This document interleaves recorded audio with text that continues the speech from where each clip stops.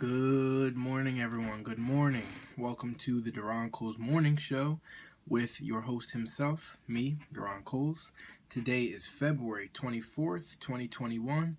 It's going to be a beautiful Wednesday, hump day, as some people call it. And there's a lot to unpack today. As I've been planning for the shows, I've been trying to think of, what can I talk about? And there's not been too much going on, but I would be an idiot if I didn't talk about one of the biggest things that happened, I guess not only in New Jersey, but in the United States, period, because this is going to be a big trend. This is episode 31, I believe. I've just been grinding these out.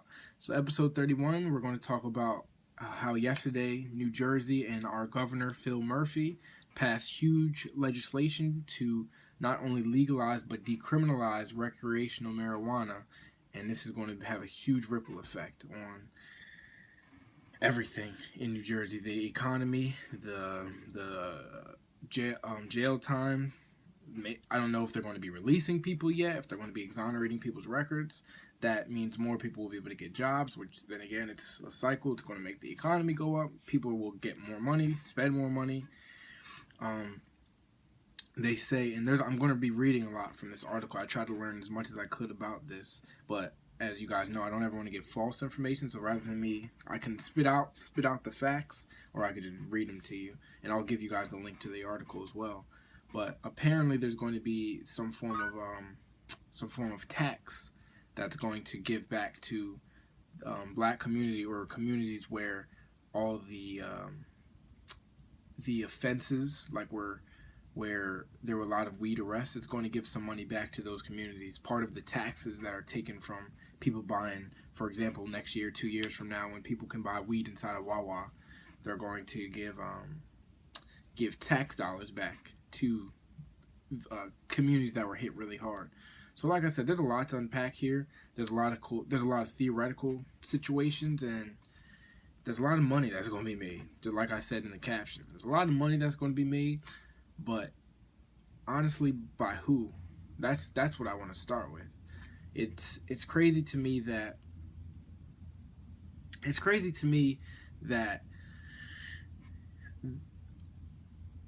people in the black community, or people, it doesn't even have to be just the black community, but the numbers, and like I said, I'm going to read from the article, the numbers say by itself that it hit the black community harder than any other community, especially in New Jersey. It's crazy to me that the black community and people that have been trying to sell this quote-unquote drug for 30, 40, however many years have now gone to not only jail but prison. They have records. They are not able to get some jobs. But then, over the course of, a year, we voted that, when I've read in that article, we voted on it in November that weed should be legalized. Then they passed it now, and boom, just like that, people are now going to be able to open up shops and make money and do all this stuff. But these people are going to come out of jail. You took let's say they were arrested for 3, 4, 5 years, 10 years. I don't know their life story. You took away their opportunity to learn skills or learn crafts or anything like that because they were illegally selling a drug. But now, people that weren't affected, it could be white people, could be Asians, it doesn't matter who it is. People that weren't affected are going to open up these shops and make all the money legally the same way that these people were trying to make money in the first place. They were just, it was the same thing. They were trying to put food on people's plates. They weren't committing heinous or violent crimes. Now you guys are going to do the same thing, but inside a shop instead of your car, and you're going to make, instead of somebody selling an eighth for $30 or something, they're going to start selling eighths for $65 and saying this is imported from Italy, made in this plant and this and blah blah blah. It's crazy to me. That's the type of, that's just the society we live in. That's not even to go completely left, but same thing with Eric Gardner. He got strangled for selling loose cigarettes. Just standing outside selling loose cigarettes. He wasn't doing anything heinous, you know what I mean? But it's just the reality we live in. But let's unpack this a little bit. I'm going to read from the article because I want us to get into the facts and be able to talk about them. So, like I said, I could spit off the facts. I did read it this morning, so I'm just going to go to the highlight. I highlighted some points on here. So, first and foremost, it says New Jersey is the 13th state to legalize marijuana. We are one of the only states on the East Coast to have legalized marijuana. The only other states on the East Coast to legalize weed are Maine, Vermont, and Massachusetts. So there's only 4 on the whole East Coast. And why I think that's important to note, I'm not just reading that to waste time or anything. I think that's important to note because what happens when there's only a specific area for something, people start to surround that area or like hub around it. For example, in I guess that was like 2016 or 2015 when Colorado became the first state to really legalize marijuana, besides California was coming up right behind it. A lot of people said, I'm going to go travel to Colorado just to smoke. It's like a tourist destination now. It would be like if someone went to what was that, Minnesota, just to go to the Mall of America. It'd be like that. It's a tourist destination. So, like I said, with the boost of the economy, New Jersey's about to get a lot of tourist money as well. People are going to say, oh, I want to go to New Jersey just to try their weed. That's going to be a thing now. And especially since there's only 4 states on the whole East Coast, people are going to, if you're in Florida, Virginia, if you're anywhere on the Carolinas, people are going to drive up from the East Coast areas and drive up to New Jersey or fly to New Jersey just to smoke legal marijuana. Do I want to read this? I highlighted, but I don't think that's important. There's a second article that I want to click to and read just to give you guys some of the numbers. We'll get there in a little bit. So it says the law signed on Monday allows the possession and use of marijuana by anyone over 21 years old within the state of New Jersey. They can have up to 6 ounces of weed on them without facing any penalty. For those that aren't like familiar with how much weed that is a lot. That is a lot of weed. I don't have anything to compare it to give it to you guys. Just know that is a lot of weed. So the fact that you can have up to 6 ounces of weed on you is very it's almost half of a pound. A pound is 16 ounces of anything. So to have 6 ounces, if you had 2 more ounces, you would have half. So it's almost, imagine if you had half a pound of anything. Like it's a lot of one product. So it says some marijuana offenses will remain criminal, including drug distribution and growing cannabis plants without a license. New Jersey is the only state with legal weed that doesn't allow at least its medical marijuana patients to grow weed. It joins Washington State as the only states without some recreational home grow. So Phil Murphy talked about that as for a little while. He said we're just going to focus on what we have now. We're not really worried about growing or anything like that. We have these laws, and this is what we're going to use for now. I'm not going to get into the numbers just yet. So, no, not there. Not there. So, it says, signing these laws puts in motion the next phase of this effort to work relentlessly to transform the principles of legalization into greater racial and social injustice in New Jersey. According to crime data from FBI, New Jersey police departments made over 33,000 arrests for marijuana in 2017, which is the 9th highest marijuana arrest rate per capita in the country. And in New Jersey, black people were 3.5 more times likely to be arrested for marijuana possession than white people, despite similar usage rates among races. And here's a quote from the Senator Cory Booker. It says, the failed war on drugs has systemically targeted people of color and the poor disproportionately, impacting black and brown communities and hurting families in New Jersey and across our nation.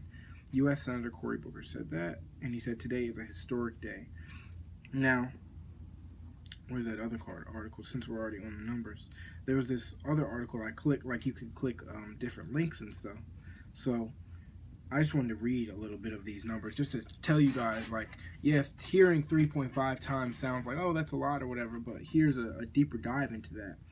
So this article is written on August 2nd, 2018. It says marijuana users in New Jersey, which is on the verge of legalizing weed, are arrested at the highest rate in the nation by local police departments, some of which report that more than a third of their arrests were for pot. So more than a third of anything like people are being arrested for in New Jersey is literally just marijuana. So when I say it's about to have huge effects, they're first and foremost they're saying, and I think this is later in that other article, they're saying it costs millions of dollars to prosecute these crimes. So if there's 1/3 of the arrests are for marijuana, we just literally cut out 1/3 of the money spent on court cases, on judges, on having the lights be on in the courthouses and stuff. You know what I mean? Like every time there needs to be paperwork done because somebody was pulled over for marijuana, all the drug busts and stuff, they cost money to do all that. So imagine you just cut off 1/3 of your crime, your quote unquote crime, and now you cut off 1/3 of the money needed to be spent to prosecute that crime. That money could go to so many different places.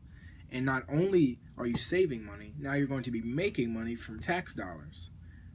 So you are literally, like, your money is about to be exponential. If you're going to save millions of dollars from prosecution and then make millions of dollars from tax dollars, it's just, I hope that something we'll dive into later, I hope that they put the money into the right things, like fix the roads, make different local community colleges more affordable and stuff. Like, I hope they put the money into the right places. So to keep going just a little bit, it says this is in 2016, there were 32,279 marijuana possession arrests in 2016, more than murder, rape, assault, or any type of theft, according to the latest data available from the FBI's Uniform Criminal Reporting Program. The FBI tracks nearly all arrests across the nation. More than 1/3, 36%, of the weed possession arrests were African Americans, although blacks comprise just 13% of New Jersey's population. So, I mean, you can almost like they said, almost 3.5 times more. This is in 2016, not even as of late. So it says there was no breakdown in the data on the arrest of Hispanic suspects. Statewide, marijuana possession accounted for 10.6% of all arrests made by local, state, and federal law enforcement officers. About one arrest for every 187 adult residents. It was the highest percentage in the United States in 2016. The next closest state was South Carolina at 9.9%. The Garden State has historically been one of the country's toughest enforcers of marijuana, according to a network review of the FBI data. So you guys get it. Where I'm reading all of this data on it to show you guys how important this is of legislation. It's not just, oh, people get to smoke now and ha ha ha, it's cool. This is about to change everything. And maybe not even for and I don't want to put it like this, but maybe not even just for like positive reasons or positive ways. So just imagine if all those people that were arrested are now, we already have like a homeless problem, right? So imagine if all those people that were arrested, they're released and they're exonerated and they don't have anywhere else to go. So yes, there's going to be a lot of positives. What about the negatives from this? Are we about to see a rise in the homelessness population? Are we about to see a rise in jobless claims? Because people, even though they're getting out, now their records are exonerated. We're already in a pandemic and there are no jobs. So I don't have a number, but just imagine if they free, on the low end, let's just say they free 200,000 people. And that's on the low end. That's a lot of humans that are just coming out, like, you know what I mean? And they have to go live in society again. So there's a lot to unwrap here. But let me finish reading the stats, not the stats from the article, but just some of the laws that are going to be in place. So it says, so there's going to be, so I'll just read the whole top of this. It says the ballot questions constitutional amendment, for example, simply stated that the drug would be taxed at the state sales tax rate, currently 6.625%, to provide revenue for the state budget and defray the costs of police departments training officers to detect drug drivers. But advocates said that such a plan left out the largely black communities where marijuana laws had been disproportionately enforced for decades. So the result was a unique two-tax structure that would send about 60% of tax revenue and 100% of revenue from a new quote-unquote social justice user fee to one of 20 quote-unquote impact zones. As decided by the Cannabis Regulatory Commission, the authority that will oversee not just legal weed for recreational use, but the state's growing medical marijuana program. So that's a lot to take in there, because what designates some of these impact zones? You know what I mean? Like, that's going to be a lot to handle. And from what I'm reading down here, it says, let me see. It says, as the price of cannabis goes down, the social justice excise fee and impact zone's share of the tax revenue will go up. So I wanted to find out more about this. It says that it's giving me like a lot of numbers. It says, imagine that the sales tax is 7%. If there was a $350 spend, then $24 goes to impact zones, and $6.2 goes to a general fund, and then sales tax is 7% of that. So there's a lot to take in with this, like I said, and I just want to know how they plan to, not who is going to do it, but how they plan to designate these impact zones. Is it going to be on a, like this? These were the most people we arrested in Camden County, Bergen County, Hudson County, for example, and say is it going to a county? Is it going to a local township? Is it going to like one specific municipality? Like, who gets these dollars, and are they allowed to do with the dollars whatever they want? Does it go back to schools? Does it go back to rehabilitation programs? Like, where does the money go? So, like I said, there's a lot to take in with all of this, but people were asking why the bill took so long if we voted for it in November. So this was what they had to say about that. It says, on Monday, lawmakers finally ended a 6-week stalemate over how the state will penalize underage marijuana users, sending Murphy a cleanup bill designed to complement the pair already passed by the legislation in December. Those bills left open a major contradiction, with one stating that possessing marijuana under 20 years old was illegal, while the other stated that no person without an age restriction could face penalty for possession of up to 6 ounces of marijuana. So they worded that weird, but they were saying that the one lost, or they gave him two bills, and one said anybody under 21 it's illegal to use, but the other bill said it doesn't matter how old you are. If you have up to 6 ounces of marijuana, you're good to go. So they had to come to a compromise, and it says the resulting compromise passed legislature on Monday morning. It put into place a 3-tiered warning system for both underage marijuana and alcohol use. Both will be treated as virtually the same crime, with the most serious penalty being capped at a simple referral to community service groups to teach the offender about substance abuse. So that's also huge, because I don't have the stats, the numbers about underage arrest or anything like that, or juvenile arrest. But now they're saying that it's not really a crime at all. The worst thing that will happen if someone who is 16 is at a party and gets caught with weed or something, the worst crime or the worst offense that they'll get is just a referral to like, not a rehabilitation program, but a system, a drug abuse like awareness program. So that's huge. There's not going to be people that are going away for juvenile, being stuck inside the system. You know what I mean? You could be 15 and be arrested, get out when you're 18, and then you get back into that life. You have a record now. You can't find a job. You can't go to college because you have this record on you. So you're like, well, what can I do? All I can do is go back to the streets. So then you get stuck in that life. And then you get arrested again at 19 and come out at 22. And then you get arrested again at 23. You know what I mean? It's a system. So these laws that are being put in are going to have huge effects on how we as a black community get out of that system.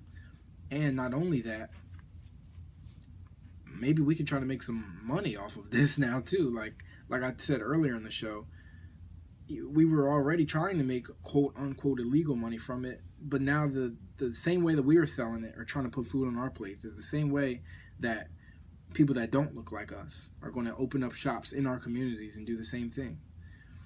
So we got to try to beat them to it. One of my friends, check him out, Hypnotics Exotics. He has opened up a shop in our community. So like we need more of that.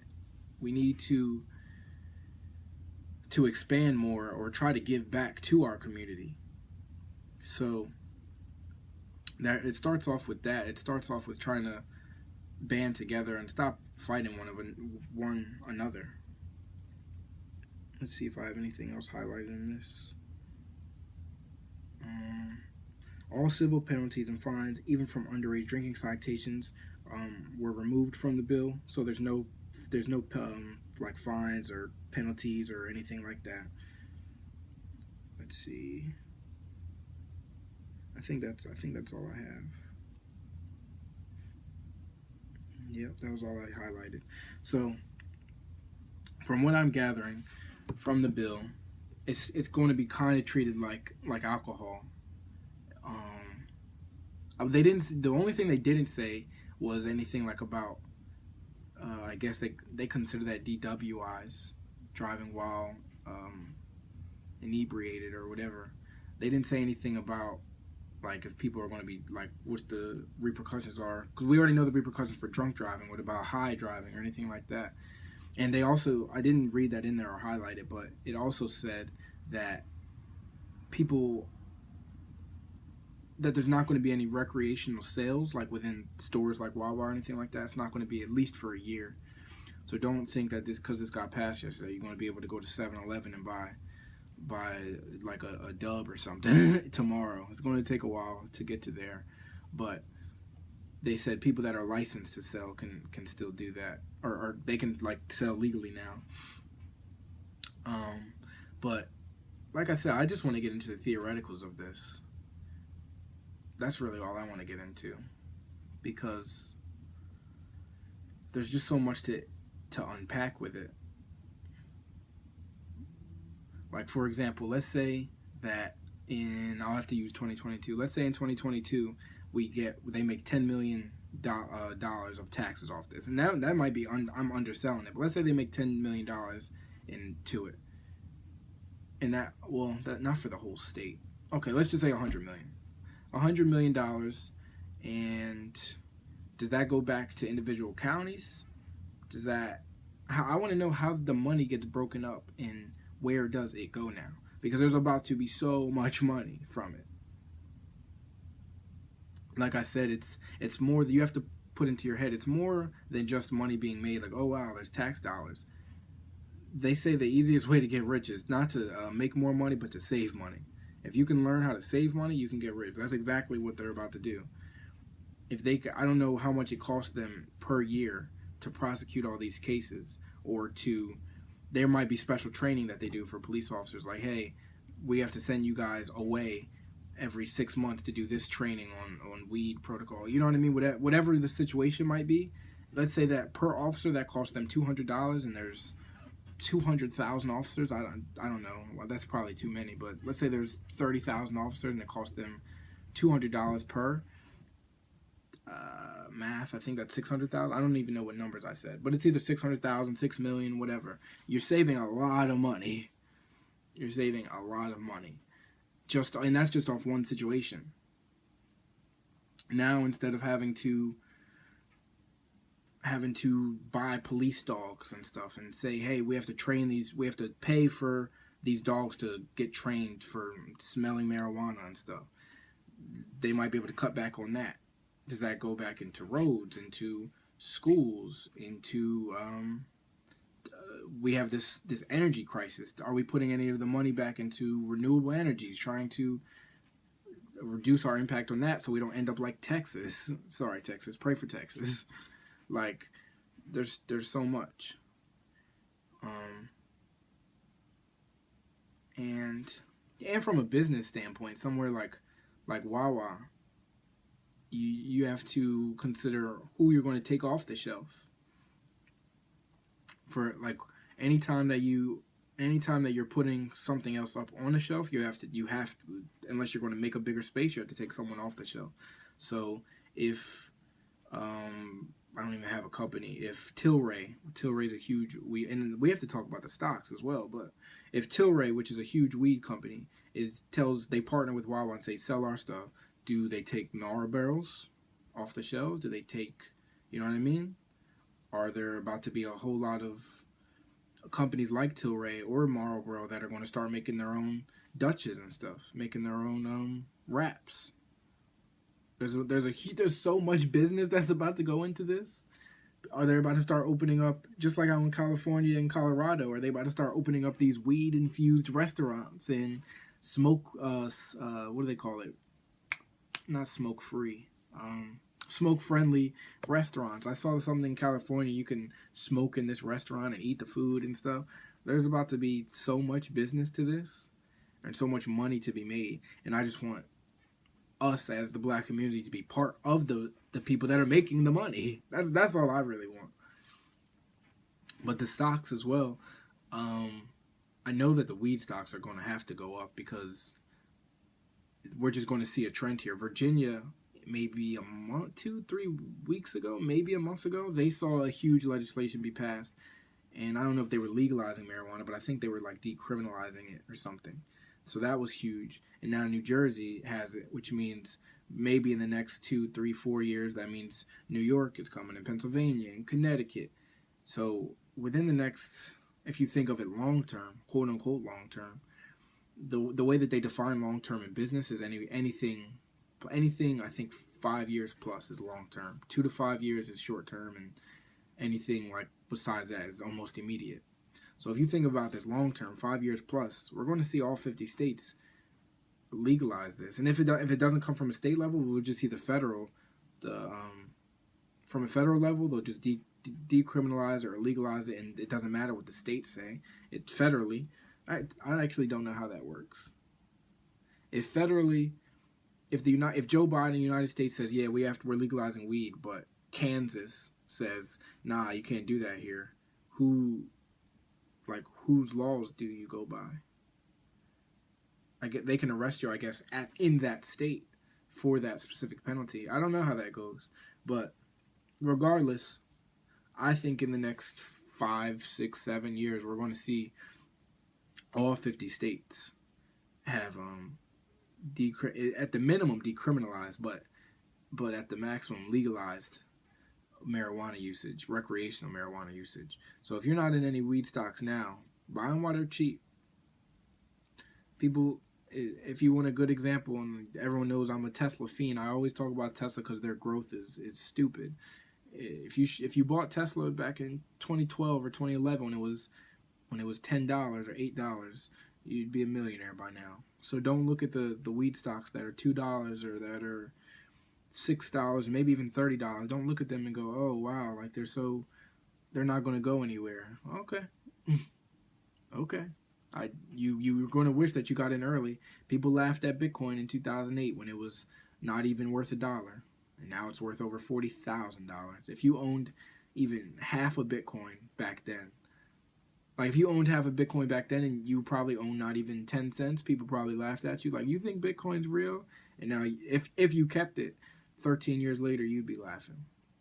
So get out of that mindset of it's cheap now or whatever. If you really believe in it, if you're smoking weed every day or if you're smoking weed every other day, you should have some type of investment in it. Period. There's no ifs, ands, or buts about it. So that's a whole different conversation. I'm thinking inside my head, not speaking out loud. I was thinking which weed stocks should you get in, and then I said that's a whole different conversation. Because that you have to do research on yourself, like see which one you believe in. For example, I know, I think it's Marlboro. Marlboro owns some big weed company. Are they going to be next because they have all the dollars, or are people going to be like, nah, you guys have a bad name and we don't want to invest in you? Is it going to be Aurora Cannabis? Is it going to be Tilray? Is it going to be Sundial Growers? Is it going to be? It could be all of them. I don't know. It wouldn't be a bad thing if maybe 15 years ago you invested in all the companies that were trying to be electric vehicles. It wouldn't have been a bad investment. It'd be a bad investment if you invested in the gasoline cars. If the equivalent for this was if you invested in the cigarette companies. But the weed, if you invest in 4 weed stocks, it's not going to affect you. One of them might do better than the other. And for example, if there's 4 companies, maybe 2 might be the big ones and 2 are on the lower tier. But they're all going to go up. There's no way that they all don't go up. So with that, I mean, I don't even know. I want to know what's next. I want to know if like when the growing is going to be legalized, because I know, like I said earlier, Phil Murphy didn't talk about that, and we're the only state as of right now where not even the people that are that have like the medical cards right now. In every other state but New Jersey, if you have a medical card, you're allowed to grow weed, but we don't have that yet, and we don't have recreational growth. And I wonder if this is gonna. I personally don't know if this is gonna make the trap boom or if this is gonna make the trap stop. I don't. I have no idea. It depends on what the prices are looking like for the legalized marijuana. If they're taxing, like if they are charging way more than what the streets was charging, then the streets is going boom. People are like, no, I got it cheaper. But if they are like, well, we have big business behind us and we're selling eighths for $15, then the streets is going to be shut down. Period. It's over. So that's what I have. I like I said before in a different show, I'm going to try to start opening up questions earlier. I'm going to try to do 8 and 8:20. So if anybody has any questions or anything to add, I'll open the floor now, and if not, I'll just keep rambling.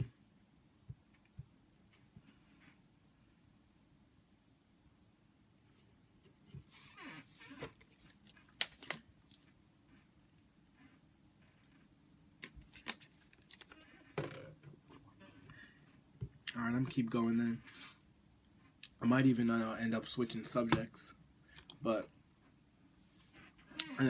not even switching subjects, but just what I mean is going to a different level. Like, I wonder when sports is going to be next, because it's already come out more than a couple times that all these athletes or these retired athletes come out and say, yeah, I was high during every game.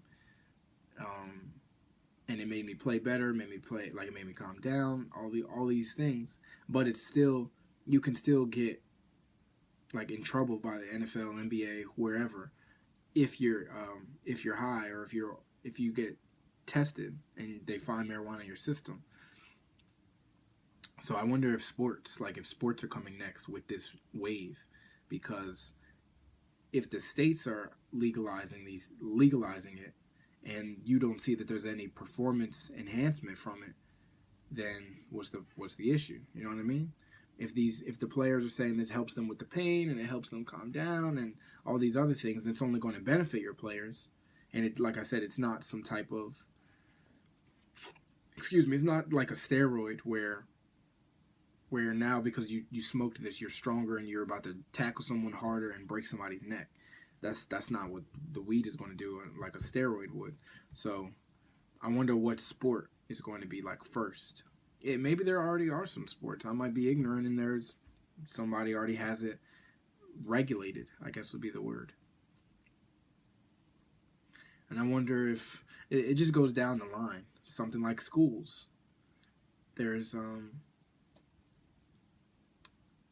is, for example, where I went to school, NJIT, I worked heavily with the RAs. I was not an RA myself. We had this position called a desk manager. That's a whole nother thing. I would just know I worked very closely with the RAs, and the way that their protocols worked is if they found you with some type of like, more so with alcohol, they made you do like community service, and you had to do a lot to be like reinstated to the school. But now in New Jersey, they're saying, they just changed the laws. They're saying weed and alcohol are going to be treated the same, and the highest thing that they took away all the fines, they took away all the community service. They said civil penalties, like a civil penalty is community service as well. They took away all civil penalties, all fines, And the worst thing that will happen now is they'll say, all right, we have to recommend or refer this person to go to a drug abuse program or substance abuse program. So will the schools, when I say school, I mean specifically colleges, will they take this into consideration? Will they say, well, we found found them on campus with 2 grams or something? Are they going to say, well, they were abiding by the law, or you're not allowed to have this on campus? Are they going to change their rules and regulations? This is about to change everything in New Jersey specifically as we know it. And just like how I'm recording on YouTube, we're about to see a big boom of YouTube people saying that they're the weed experts as well. Like, come smoke and chill with me, and come smoking this, smoking that. We're about to see a big boom of just all forms of businesses, and I'm here for it. I'm always here for entrepreneurs to go and explore and go and try to open up some doors and opportunities for themselves. We're about to see like, I know in the past there was like Weed Granny or something like that. Some weed granny that I don't know what state I think she was in California. People would send her weed to like try and say, hey, is my weed good, or is this or this or that. There's going to be somebody in New Jersey within the next 2.5, 3 years that's maybe even faster than that, because of our instant society that we live in right now, is going to be like the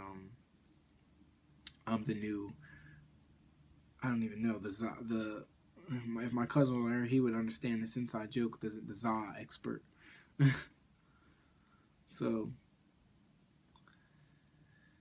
I'm excited. I wonder if I'll get to invest in somebody, invest in the business myself. I'm not a huge smoker myself. Like, I don't really partake.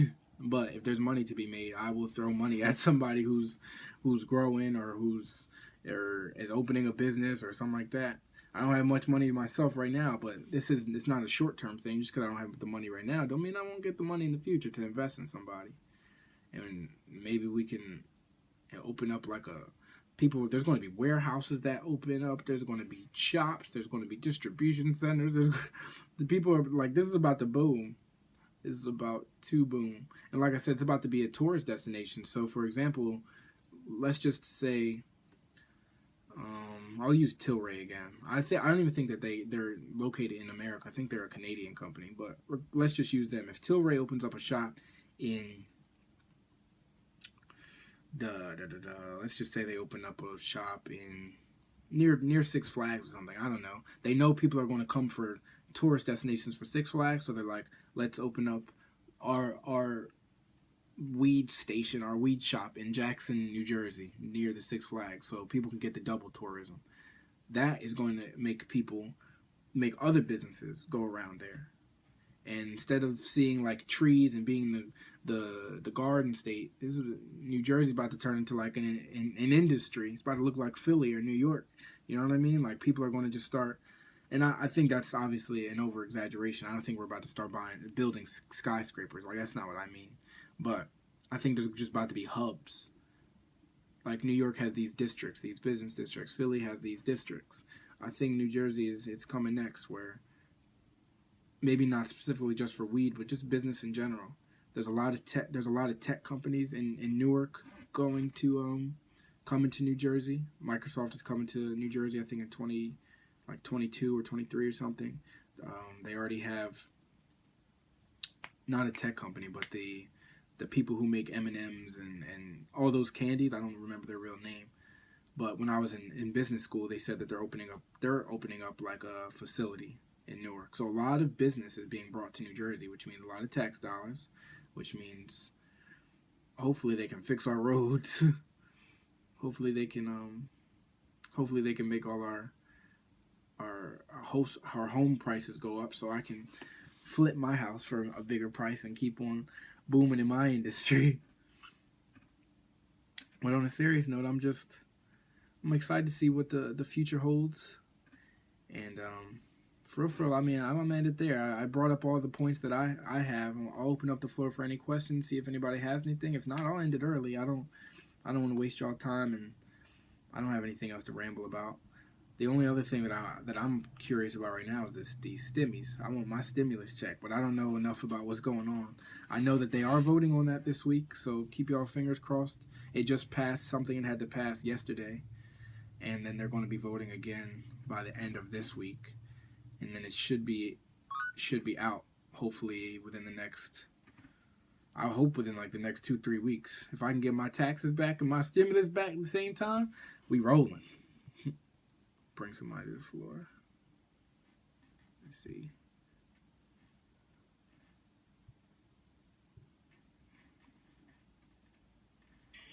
What's up, man? What's up? Yeah, we can hear you. You know what it is by now. It goes on YouTube. You can introduce yourself, all that good stuff. You know, it's the one and only Just Andre. Follow me on all social media. It's Just Andre. My question is, so how do I look for stocks in this new weed whole legalization thing? Where should I look up? Like, what website can I go to? Not even just a website. Well, I'll put it like this. There's a couple ways you can do it. I'll do it right now. With you / for you.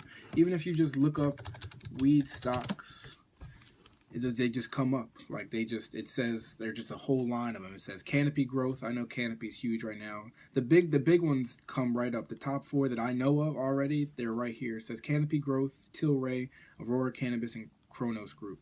Tilray, I believe, is the one that Marlboro owns, if I'm not crazy. Subsidiaries. No, it's not that one. Is it Aurora? One of these is owned by the big camel company, Big Marlboro. But yeah, that's all I would do. What I would do first and foremost is I would look up weed stocks and see if you can figure out which ones are doing well. See if you can find out anything about like how much money they're making, if they're coming to America, because some of these are in Canada or in Europe. So you can see if there's an American company or if any of them are coming to America, and see what's up with them. The one that I'm invested in right now is called Sundial Growers.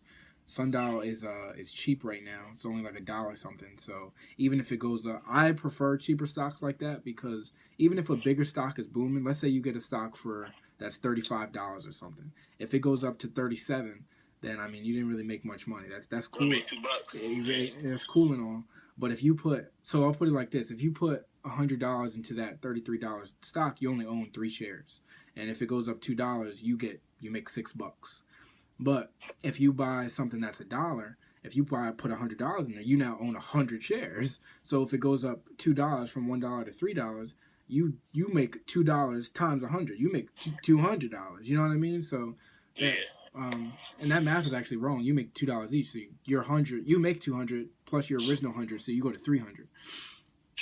So I'm about to do this one right now. So that's what I personally like. I like the cheaper stocks, but like for example, I'll just give you a quick rundown. Like this company, Aurora Cannabis, it gives a quick. It says Aurora Cannabis is a Canadian licensed cannabis producer headquartered in Edmonton, Canada. It trades on the Toronto Stock Exchange and New York Stock Exchange's ACB. Their current stock price is $11.21. In 2019, they made $250 million.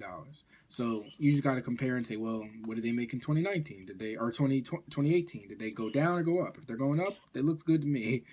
Tilray is another company. And Tilray, their stock price is $24.79.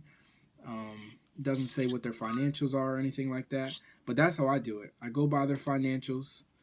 And this one, for example, Canopy Growth Corporation, their stock price is $35.31. They made $440. It's also a Canadian company. They made $440 million in 2020. So I would look up their past. I'd look up their CEO. You got to make sure their CEO is not an idiot, because that always makes the stock price go up or down. If the CEO is going to go and cheat on his wife or go and do some stupid stuff, that will make the stock plummet. So you got to go see if you could check them out. But that's really all. Yeah, that's the only question I had right now. Thank God, I just text you. All right, no problem. Let's see what else we got. I'll talk about the stocks for a little bit more. It says, I don't know what this is. I mean, this could be huge. It says Canadian marijuana firm Canopy Growth files a $2 billion shelf prospectus. Filed a preliminary enabling. So this enables the company to raise up to $2 billion in one or more series of issuance of securities over a 20-month period. It'd be the largest shelf prospectus by a cannabis company yet. Canopy, whose coffers held as much as was down on cash. Okay. So Canopy's not doing too well right now. Maybe I don't know if they're reinvesting the money or what, but it says Canopy, they had $4.1 billion in cash at the end of 2018, but now their cash is down to $825 million as of 2020. So they lost they almost went down 60% of their money. That's a lot. That means they could be investing, using cash to go buy properties, go buy farms, I don't know what they're doing, but that it's not a good look when you're running out of that much money. To give you guys perspective on something, a company like one of the largest companies in the world, like Apple has over $200 billion in cash. They're not, if Apple went and lost some stuff today, like if one of their buildings burned down or something like badly happened to them, they would just use their cash and they'd be good to go. So it's very important for a company to have lots of like reserve or access of cash. That's like one of the most important things for a company to have. But I definitely am going to be doing more research to find out which one of these companies is like doing well. I used to have Aurora Cannabis a while ago. Their stock hasn't done too well. I think if it's only at $11.21 now, I think I had it maybe a year and some change ago when it was around this price. So I don't think Aurora is doing too crazy. But like I said, that's all I got for you guys. I will let us go and attack this Wednesday. I really, really, really do hope that New Jersey does the right thing and puts some of the money back into the black community's pocket and allows us to.